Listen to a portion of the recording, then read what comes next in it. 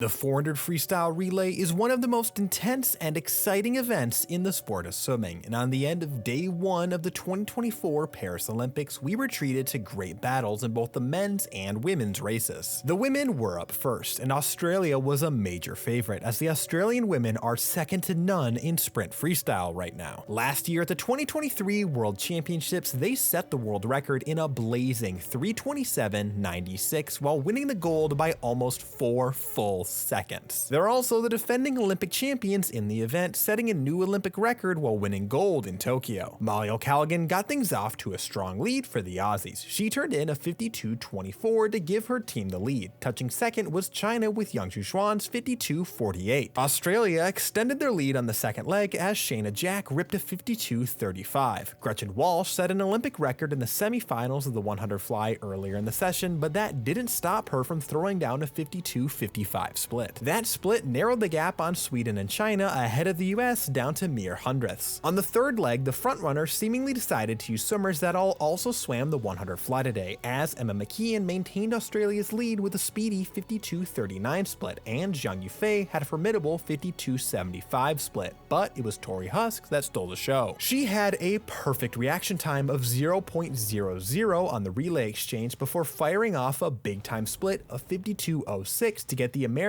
ahead of China going into the final leg. On the anchor, Meg Harris solidified Australia's gold medal with a 51.94 split. That is the fastest split in the entire field and the only swim under 52 seconds. Simone Manuel battled China's Wu Qingzhen 52.61 to 52.31 as Manuel held on for the silver medal, touching just 1/10 ahead of China. Australia held their lead from start to finish during that race, touching in 3:28.92, but it was much closer than expected. While they broke their own Olympic record, their world record from last year remained safe. After that thrilling race from the women, it was the men's turn. World record holder Pan Zhenla would be leading things off for China. At the 2024 Doha World Championships, Pan led off with the world record time of 46.80, so all eyes were on him to kick things off. And Pan brought the fireworks right away, as he led off in a 46.92, while just over a 10th shy of his world record. That is the 5th fastest performance in history and his 4th time under 47 seconds. That breaks the tie with David Popovich for the most 46s ever swam. That time also ensures that the top 10 swims ever in this event are all under 47 seconds, bumping Caleb Dressel's 47.02 from Tokyo out of the top 10. Behind Pan, Jack Alexi touched second in a 47.67, with Australia and Italy in 6th and 7th respectively, but don't take your eyes off of them quite yet. Chris Giuliano threw down a blazing 47.33 on the second leg to take over the lead for the Americans. Giuliano was also out in a blazing 21.70 on the first 50. World record holder in the 100 backstroke, Thomas Chacon, blasted a 47.55 to pull Italy from 7th to 2nd over the second leg. And this proved to be a great race for backstrokers as Hunter Armstrong dove in for Team USA.